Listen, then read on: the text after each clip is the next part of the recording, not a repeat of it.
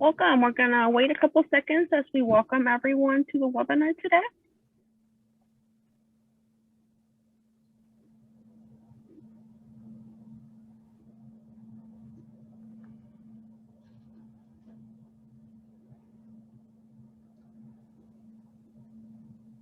Welcome. Thank you for joining us for our next edition of the 49er Industry Chat. My name is Noemi Guevara, and I am the Director of Alumni Engagement here at Cal State Long Beach. Before we start our session, we just want to let you know this is being recorded, and it will live on our website at csulb.edu/alumni. Also, we encourage you to use our Q&A box located below to submit any questions throughout the chat for our guest speaker. And now it's my honor to introduce our moderator for the chat. John Broadway is a proud Long Beach State alumnus, having earned his BA in journalism in 2017. As a student, he was very active on campus life, participating in the National Association of Black Journalists Leadership Academy, and represented the campus as a president ambassador, among many other activities. He has remained involved on campus life as a volunteer for the university. John, thank you for moderating the chat today, and now I turn it over to you. Cool. Thank you so much for the introduction, Noemi. Really happy to be here, everyone.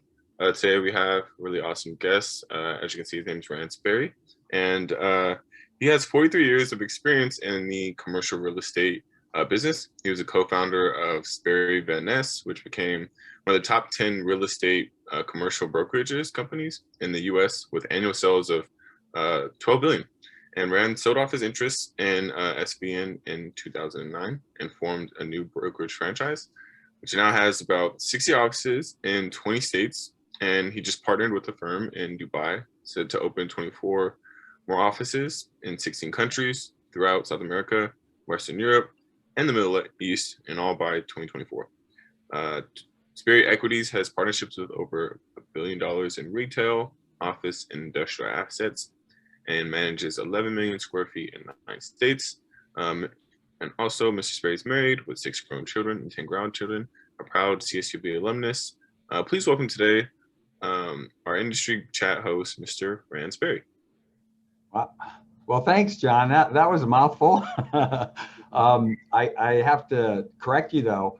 I just realized when you were reading that, 44 years as of April 1st. So I guess when I sent it to you, it was before April 1st. So I've now 44 years in the business. I started in 1977 in April. I had training in March, and then in April started in the commercial side of the real estate business. And frankly, haven't strayed from that in the last 44 years. I've pretty much invest, and I have a brokerage company. So nice. Would you like to start today off just talking about maybe your time at CSUB, like what made you, what got you interested in going there, and what your experience was like there, and some of the big lessons you learned? Sure. Well, first off, I actually transferred there in my junior year. I went my first 2 years at Mount San Antonio College, and got my AA degree. And then I had 2 choices, really. I got into USC and I got into Cal State Long Beach. And it was pretty interesting. Now, this is back in 1975. The program that Long Beach had was for business with a minor in real estate, because I kind of wanted to go that direction, was exactly the same as that of the University of Southern California. And back then, it doesn't seem like much now, but it was about $103 a unit, which was a lot of money. It was like $4,000 or $5,000 a year. And I think Cal State Long Beach was probably $200 or $300 a year at the time. And so to me, it's like I could get the same education for such a bargain at Cal State Long Beach. And so I decided to go there. And it was a great experience. I have to tell you that, believe it or not, back in 1975, the buzz was in real estate. Prices had started to tick up after a recession in the early 1970s. Things started coming about in 1975, 76, 77. And I was very much considering to go to law school. And in fact, I even took the LSAT, so I was pretty serious about it. But in my junior year, 1975, I did buy a fourplex in Long Beach. And I chose that because it was within 10 minutes of the school and I could manage it myself. And I put $11,000 down. And you might wonder where I got that $11,000. And this could be part of our conversation later. And that is, I worked in high school and I worked during college pretty much full time and had a full load as well, 15 units, and saved up the money, saved up $11,000, bought a fourplex for $45,000, which I mean today would be 700,000 or 800 or something. And then I managed it myself. I interviewed the tenants. I did, I took control of it. So I was learning, besides learning at school, I was learning outside of school by buying this fourplex. It was a great idea to do that. And I fell in love with it because I was cash flowing about $200 a month, which is $2,400 a year, which if you do divide that by 11,000 is like 21% or so on my money. And I was so tickled about that I go, maybe I should just go into real estate brokerage, and decided to do that. But a lot of it was influenced by the students at Cal State Long Beach. I forget the name of the club down there where the pyramid is, and where you hang out. And everyone's talking about real estate and how you can make a lot of money as in the brokerage side as well. And so I was influenced a lot, and I ended up getting my degree with a minor in real estate, so I could actually go out and get my broker's license when I finished at Cal State Long Beach. So that was a big influence on me. Yeah, nice. So during your years in college, what do you feel like was like the biggest or most valuable lesson that you learned as it pertains you to your career in real estate or maybe just life in general? Well, I have to say the instructors were really good. I mean, I had some really great instructors that really inspired me, and in terms of really going after what I wanted, and that the sky was the limit, and there was a lot of opportunity out in the world at the time. And of course, I think there's even more opportunity now. So I think it was the inspiration of the faculty and some of the students that I got to be friends from. It was a very motivating place to be. So yeah, sounds like you were really able to get the value that comes with taking advantage of the people in place around you. You know what I mean? Yeah, I mean, when I think of it, it really sold me on my career. When I walked out of Long Beach, I went into brokerage immediately, not immediately, about 6 months later. And then I had the fourplex. I sold it and bought another property, and decided that if I could earn commissions on the brokerage side and take that money and invest it, I could grow my net worth. And so I did that, and I'm still doing that today. So it was really a great experience. And when I first started, because I had already had that experience owning that building. So one of the things I suggest to the students out there is whatever field they're in or want to be in, if they could get some firsthand experience, even before or when they embark on the journey, it really is helpful. Having owned that building for 2 years and then going out and getting my real estate license and selling apartment buildings, I felt like an expert. After 2 years of managing one, I could talk to potential buyers and to owners. I understood how owners felt about managing apartments. I understood how buyers felt in terms of the fear of maybe jumping into that type of a product, and I could walk them through it. And so it was extremely helpful. So I went to a company called the Haynes Company in 1977. That's where I started. And by 1981, I was a top salesman. By 1982, they wanted me to, I managed the office that I was in with 30 people. I think it was not actually 1983. It was 82. I was actually the executive vice president of the company with 6 offices, 180 people under me, managing the managers of those offices, and still investing. I didn't stop investing. In fact, I had about 12 properties by that time, and I had just achieved about a $1 million net worth. In 1982, I was 27 years old. And so that was very exciting. I was so motivated when I was at Long Beach, because we talked about these type of things in class. Set your goals. It's so important to kind of, when you get out of college, to kind of know what you want to do, because if you do, you can set your goals and you can achieve these goals. When I think of all the goals I've set, it's just amazing that I've actually accomplished so many of them. I wanted to be a millionaire by the age of 30, and I did that at age 27. Another goal that I set was, I wanted to get married and have children and have a family, which in the beginning, I wasn't very focused on that. I worked so hard between full-time of school and full-time working that I dated, but not seriously. Any time there was a potential commitment, I ran away from it because I felt I didn't have time. I was working too hard. Right. So there's a movie that I saw that kind of cracked me up. It's called Whiplash. I recommend that. Do you know that film? It's a really good one. So in the movie, Miles Teller, the actor, breaks up with his girlfriend because he wants to be the best jazz drummer on the planet, I guess. Mm-hmm. And I started laughing. I go, that sounds like me. Yeah. So, I mean, sometimes it takes that kind of drive, though, and that type of focus. And I thought, you know what?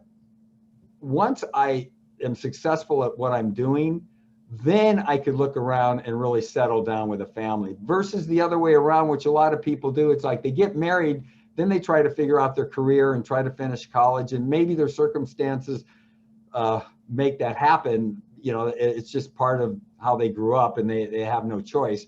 But I just kind of avoided that kind of commitment until I was successful. Right. And that helped me a lot. Nice. And so a lot of people are curious, it's very impressive, just the level of success that you're able to have at such a young age. And we're wondering, if you had any mentors that are able to guide you along during that time that helped you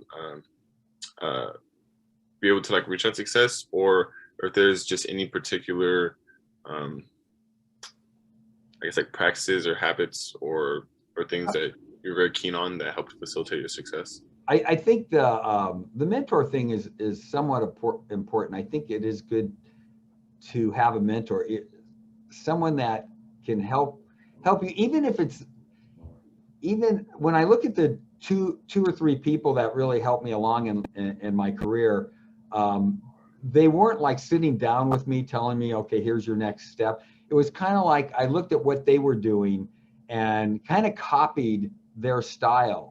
And it really helped. I mean, my dad was the first one to really push me into, he said, either go into corporate law or become a commercial real estate broker. Now, I don't know, other than the fact his brother was a lawyer, I don't know where the commercial broker thing came from, but that kind of stuck in my head, along with being at Cal State Long Beach and hearing about commercial real estate. That kind of pushed me into that. And he said something that was really interesting to me. He said, I have a contract business. I do services. This is my dad talking. He said, but at any point in time, one of these guys could come and cancel my account and affect my income by 20 or 30% or whatever. He says, I got to kiss their bottoms to keep my contracts. And he says, if you get into real estate, create passive income so that you never have to kiss any bottoms. That was his comment. And I thought, that's super, super interesting. And apartments was a way of achieving that. Once you own one building or two or three or whatever, and you have cash flow from these properties, you don't even care what's going on in the stock market. You don't really care a whole lot about politics or other things going on in terms of your self-security, because the income that you can build from owning real estate, that gives you the security. And then obviously if you enjoy politics or enjoy other things, like checking out the stock market and stuff, you could do that, but it isn't actually necessary. I mean, when you own stocks, you're checking the stock market every day to see, is it going up? Is it going down? Are my stocks going up and down? When you own apartments or office buildings or things like that, which I own, I only during this pandemic have I ever really been concerned, because people had stopped paying rents, and that became a challenge. And we worked very closely to help the tenants as well as stay alive. I mean, it's kind of a balance there. And but besides that, really having that passive income is really what I strive for.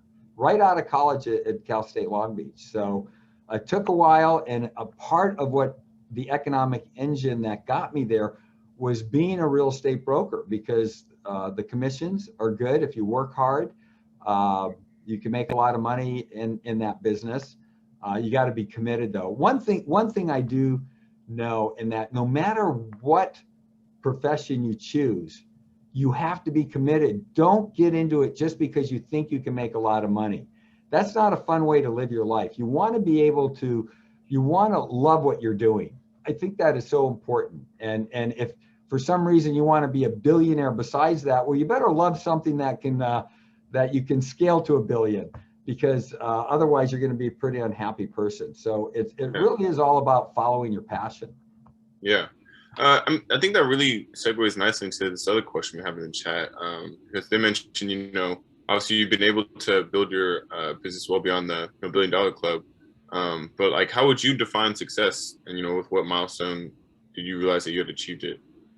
Well, I really do define success as a balance in life. I'm sure you've all heard that before, but it's so important. I mean, I do divide my life between family, obviously business, religion, and charity. And I really think I've done a pretty decent job with that. I've got I'm very involved with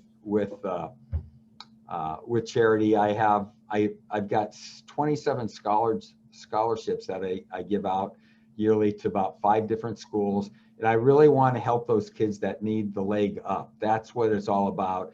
Honestly, if you scored a perfect SAT, but you're self-supportive, I'm not interested. I want the person who's a C+ to B, that really needs the financial help to change their life around. So that's kind of what I look for.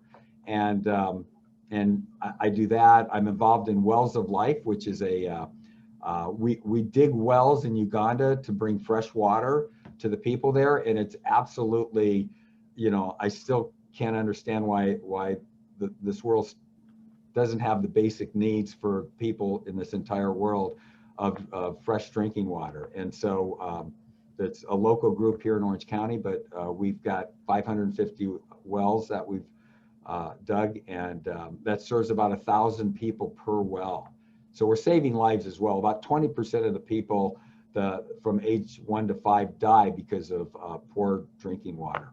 So, and then I'm in a couple of local charities too, helping kids after school programs. Helped start an organization called Higher Ground, which really services a part of Fullerton and Anaheim. And so, and I've got 6 kids, you mentioned that, and they're grown, and we now have 10 grandchildren. I think we'll have another 7 or 8. So if you can achieve that kind of balance, and you know, because money isn't everything. If you said I could be worth 100 million, but I don't have everything else I just described, I wouldn't take it. That's one, in my opinion, I would be very unhappy with just money. So it's very important that you work hard, you play hard, you give back. I guess that's put it.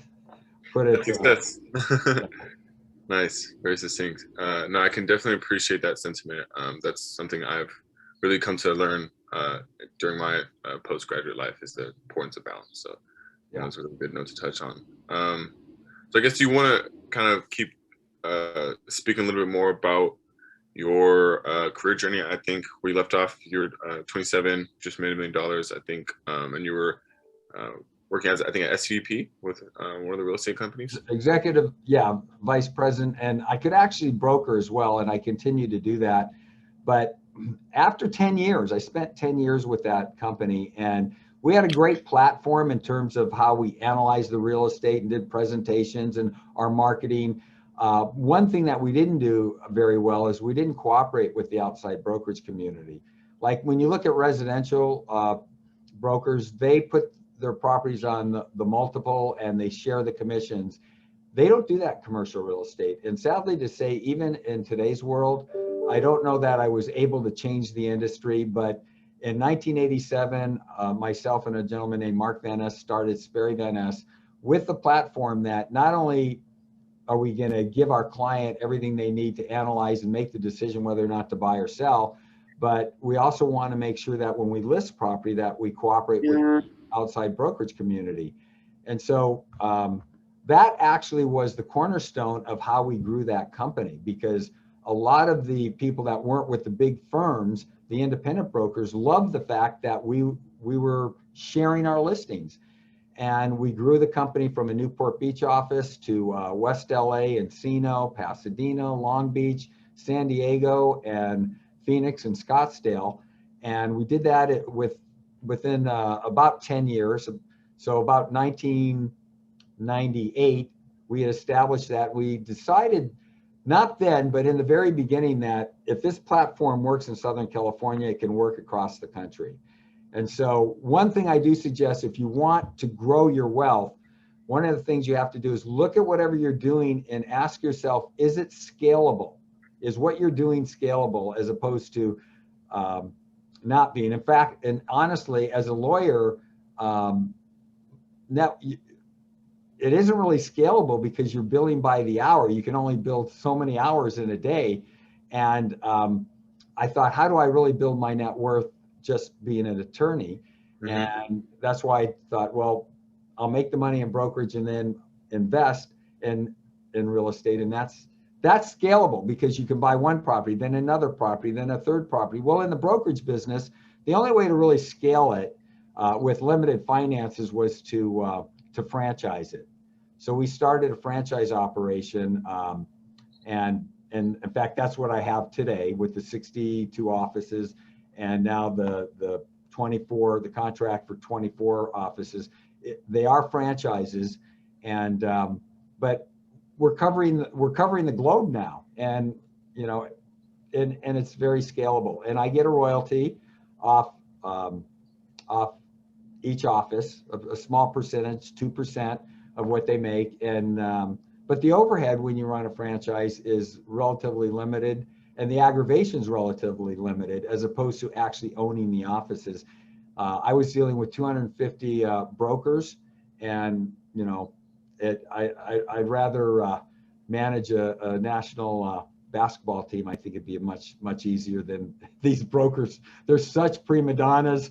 I mean, especially when they start making money, they want higher splits, they want bigger offices, they want more staff. And so that's why we went the franchise route. In other words, that's possible on a one-off basis, but you know, there's a company out there called Marcus Millichap who actually owns, they're one of our arch rivals, and they own all their offices. And I just imagine they're probably more profitable, but it's got to be a bigger headache. And the funny thing is that today's Sperry Van Ness, by the way, is ranked number 7, and Marcus Millichap is like number 12. And this is as of a Lipsy report out of Florida, one of the groups that kind of analyzes the sales volume of companies. And they're in the multi-billions, both companies, but it's so much less brain damage to own a franchise. Setting it up is a lot of work. But once you do it, and you got a lot of rules you got to follow, and you got to be licensed in all the states. But once you do that, growing it's very scalable. Yeah. So I mean, with all of the like franchises and offices and stuff that you're able to build under you, I feel like that requires a lot of leadership and skills of that nature. And so I'm wondering, you know, what would you describe as like your leadership style, and like what other like skills you think are valuable as a leader and someone doing what you're doing? That is, John, a great question, and it's one that a lot of people trip up on, in my opinion. And that is that you don't want to be a control freak. I think it's really a problem as you grow a company, and you know better than anyone else. You want to control it. It's hard to make it grow, and it's hard for you to let go and think of other to get back at 30,000 feet and figure out what the next step is if you're in the day-to-day quagmire. So one thing that I was able to do, and you know, I collaborated with my partner at the time, and that was, we realized if we really want to have a good life and a balanced life, we can't be in there 12 hours a day running the thing and being afraid of what somebody else is doing. So we let go. So write that down, let go, because it's so important. I have a son-in-law right now that's got an apparel firm. It's called, by the way, I'm going to give it a little plug because it's right in your wheelhouse age-wise. It's called Built Basics. It's BYLT. Look it up. It's clothing primarily for men. And I could see him now. He's in there 12 hours a day, and he's constantly checking everything out on his phone. And he's got to learn. And I've been talking to him about bringing in other leadership and to run it. And I learned this from a young man named Henry Ford. Back when he started Ford Motors, I read a book, and Henry Ford said, you know, one thing I finally learned is that I don't need to be a lawyer. I don't need to understand all the legal aspects of running my company. I don't need to be an accountant or a CPA. I don't need to understand how to do the books. I don't need to be a marketing person. I don't have to understand the day-to-day getting the marketing out on my cars. He says, all I have to do is have the money to afford those people. And I thought, that's brilliant. He's absolutely right. In other words, there are a lot of people that are a lot smarter than you and I, John, on certain aspects of whatever we're doing. I mean, let's face it, I'm not going to say I'm a marketing guru, or frankly, I'm even a real estate guru or an accounting guru. So as I grew the company, we started bringing in people that were that could help us. I mean, when we did the franchise, I had an MBA CFO, I had a CPA, and an MBA guy running the company. I only have a BS degree. The degree I got out of Long Beach, that's it. That's my higher education. And so I counted on these guys. I mean, I check in and make sure they're doing their job. And then we hired a marketing person, and, you know, we built the staff to actually 90 people in the beginning to run the franchise. And then we realized we could scale it back and outsource a lot of the work. And now, you know, the current company, it's less than 15 people running the brokerage operation. I have another 50 or 60 running property management. But I've got, honestly, if I got hit by a Mack truck, this company wouldn't skip a beat in terms of operating. They really don't need me. My job is to see what the next step is. And even if it's not the next step, I mean, if we think we're growing well, just overseeing it. And part of it was giving some ownership to, there's 3 other people that own part of Sperry Equities and Sperry Commercial Global affiliates. And it's enough to keep them in the game. They're not going to go away. So oftentimes as you grow something, you may have to give a little piece away in order to keep the people. So it's really building a team. When you look at the President of the United States, that's what the cabinet is. How can a president run a country with 330 million people and 50 states? Because he's got a cabinet. And then you look at each person in the cabinet and who reports to them, and it goes on down the line, and that's how you run the country. Same thing with a business. And you just got to be active, proactive, looking at the next step. Either you're growing or you're dying. And so that's my management outlook. So, nice. So we're curious. We have a few people who are curious in chat. What is it that you look for, you know, as you're building your team, right, and making this dream a reality? What is it that you're looking for in the people that you're hiring, right? Well, first thing is really their passion. Like they like really, for example, broker cooperation and growing the franchise, I looked for people that thought what I was doing was a good idea, that they liked what was going on. And if they were passionate, like, you know, I always wanted to be in marketing and I want to help you grow this in all the states. You know, when I heard stuff like that as I was growing the team, especially the president, the one we hired to run it, he had worked for ADP, it's a payroll company, and he was a regional manager, and he just wanted to have more control of something that he could grow. And just hearing that was exciting to me. And so I really look for people that have passion to do what I'm doing, to buy into it the way I bought into it. I wasn't looking for people that just wanted a job. I needed them to be able to grow with the company. And so, and really that is the key to success. Even if you don't want to own your own company, if you want to grow with a fledgling company, if you can buy into what they're doing and you really like what they're doing, and ultimately if they give you even some stock or whatever, you can end up being a very successful individual. I mean, I have a lot of friends. I'm part of a CEO group, which, by the way, networking is super important when in your business. And not all of them started their own company, and they're very well-to-do, and they were part of a larger company with the passion to help grow it, and they benefited from that. And so that's the type of people I look for today. I mean, the guy who runs the current Sperry Commercial Global Affiliates, he's 50 years old. He's been in real estate. He's looking, I gave him a piece of the pie. It's an earn-in over 5 years. And he's so passionate about it. You know, in fact, I look for people that are more passionate than I am in terms of for working for me. So, and it's fun. I love being with people that are as excited or more excited than I am on what we're doing. Nice, yeah.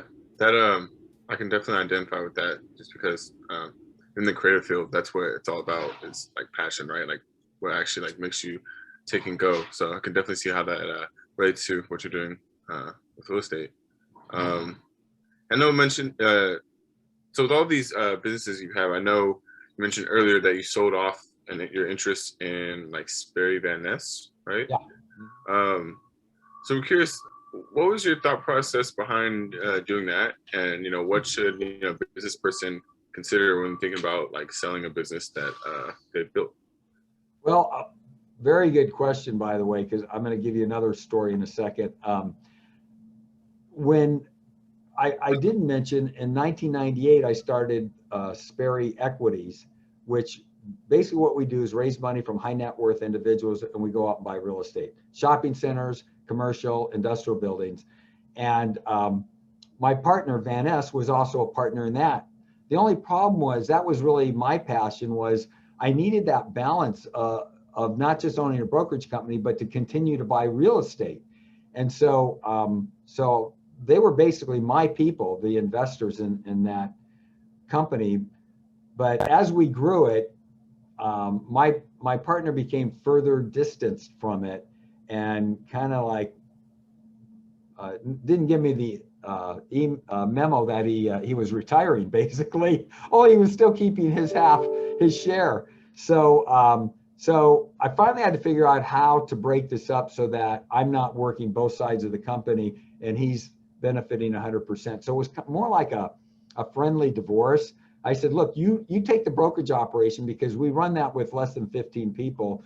The investment side, I've got a 60-person team that has to run. We've got 50 properties and 11 million feet. And I just, you know, that's a real day-to-day operation. I had a great team lined up, but they were my investors and he really had nothing to do with it. So that was kind of what we did. I had to actually write a check, because that company was worth more than the brokerage at the time.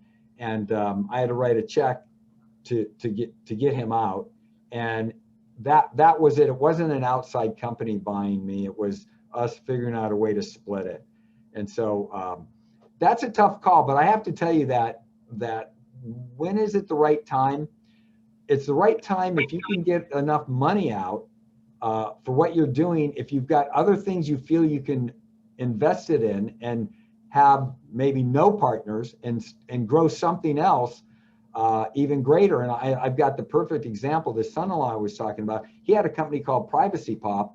That's how he started. And it's this bed you sleep in with a tent over you. And it became actually pretty popular. But then someone brought this other thing to him, the apparel business, and called Built Basics. And and I convinced him to jettison the Privacy Pop, take that money and focus on the apparel thing, because he can grow it more and scale it. And now he's being approached to be bought out of that company. And that's a tough call, because it's like, he knows there's a lot of apparel companies, and he had one, Travis Matthews, I guess, is a large, one of his competitors. And the guy got sold out. He sold out at 80 million, and now it's worth 250 million. Now the opposite can happen. It could be worth 50 million and go down to zero. You know, if you have a pandemic, right? You just don't know what's out there. Well, the pandemic actually helped his sales. I'm wearing one of his shirts right now, and people have become more casual. And so he actually had that really helped him. But, you know, something can come up, another competitor or something. So that's a tough call. So I think it's when you feel like, okay, you've got enough money that you're secure financially, and you've got money that you can pursue other interests that are near and dear to your heart. I think it's a good time to move. I mean, honestly, there was a time probably where I should have sold Sperry Van Ness with Mark to an outside company, and we could have both gone our separate ways and maybe even be more successful than we are today. So I think it's worked out for both of us, because Sperry Van Ness is number 7 in the country. I've got now the Sperry Commercial Global Affiliates, which is growing.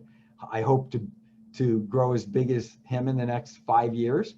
And so it's an individual basis on what that dollar amount is that will make you secure enough in your personal life and give you something to do after you sell the company. Because a lot of young people, like the people I'm talking to today, are going to have that scenario a lot more than guys like me did, because I've just seen it.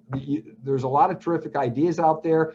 You've got the internet to help you grow it and to scale it, and you get offered some crazy amount of money. And, you know, as they say in my world, you can be piggish but not hoggish, because hogs get slaughtered and pigs get fat. I can't remember it exactly, but, you know, sometimes it makes sense to take the money and run. Hey. So throughout your career, you know, it's really evident how you've been able to have all these successes. But one thing I'm wondering is, at any point, did you ever experience a failure that was actually really helpful in providing a valuable lesson for you?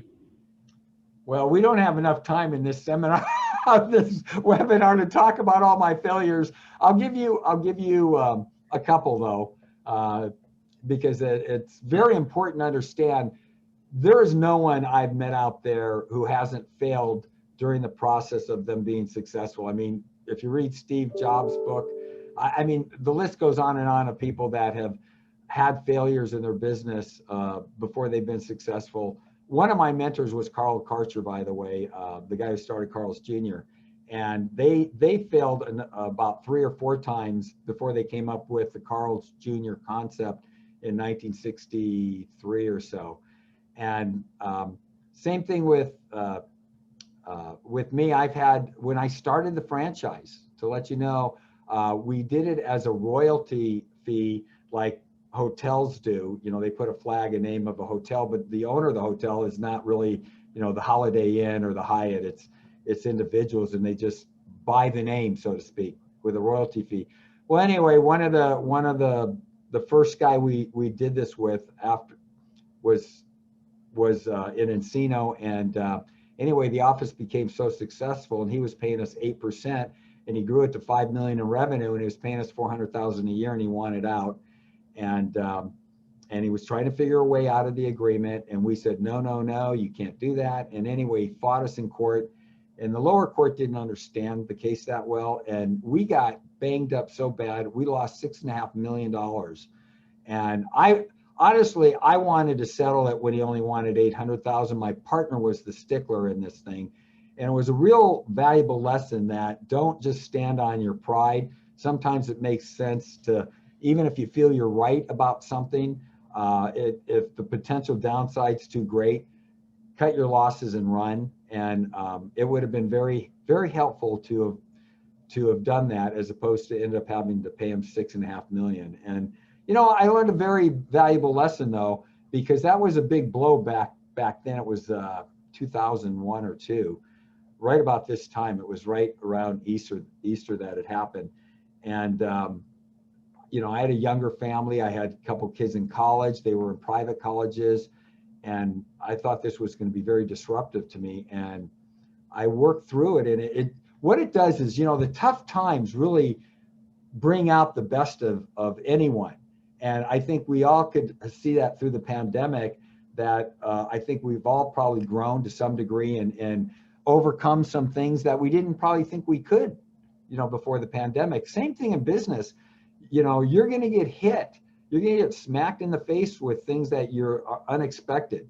Oftentimes it's litigation, or it's a location you thought would be perfect and it sucks and it doesn't work, or a product that you're bringing to market that isn't good, or a real estate deal. I mean, I'm not going to tell you everything I bought was successful, because I've lost 4 deals in my career that I had to give back to the lender. It was back in the 2009, 2010 market.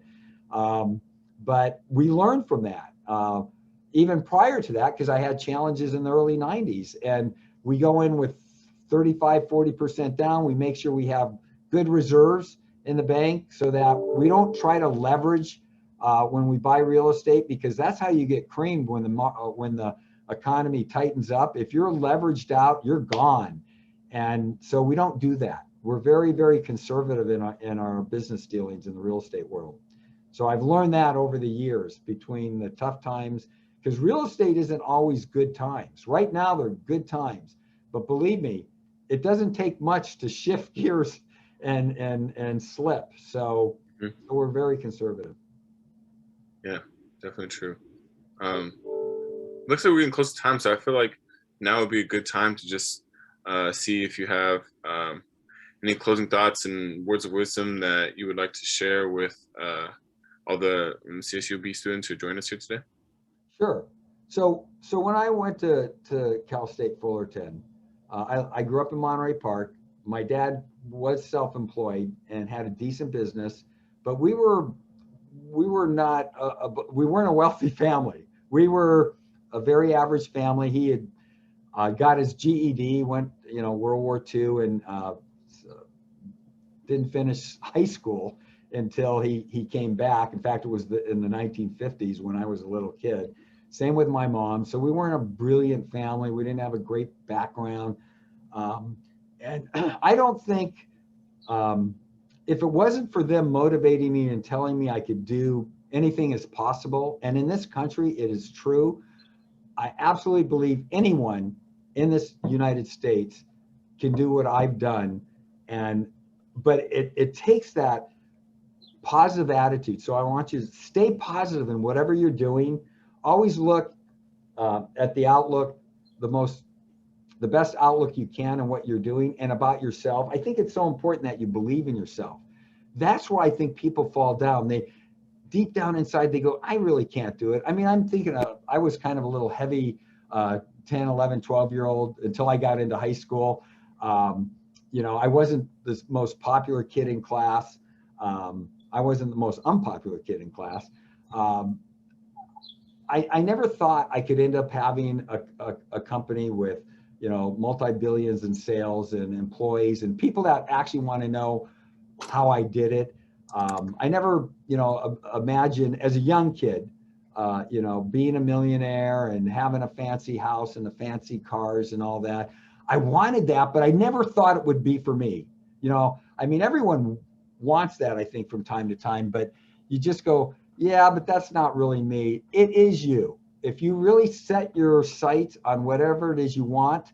And I think the internet, if anything, has proven the tremendous talent we have, and certainly probably in the world, but just focus on the United States. There are so many talented individuals that have the opportunity that wouldn't have without the internet. I mean, the list goes on and on. I'm just going to name Justin Bieber. He'd be singing in clubs in Canada right now if it wasn't for the internet. If you follow his story, he was discovered on the internet. How many people were? So many people. Businesses. I mean, I look at going to the apparel business. That wouldn't have probably been so successful if it wasn't for the internet. So there are so many things that look at TikTok. Look at how many people are making money. I've got a friend who's got a 14-year-old, or no, he's 15 now. He's on TikTok. He makes 10 grand a month. You know, that would have never happened without the internet. So I guess what I'm saying is set your sights high, believe in yourself, have a positive attitude, understand that things are going to go wrong and that you will learn from your failures and expect to fail. So important. You will fail at something along the path of your success, but that's okay. That's what it's all about. And understand that. And don't kick yourself about it. Get up, pick yourself up and keep going. And I really mean that. It's so important because I think people hear it, but then when it happens, they crush it, you know, and don't. Pick yourself back up because believe me, I'm no better than anybody on this call, and I'm not any more talented as well. In fact, in many areas, I'm sure you are a lot more talented than me. So just go out there and do it. Yeah, thank you for that message. It's definitely really uplifting. Something that I'm sure a lot of people appreciate hearing. I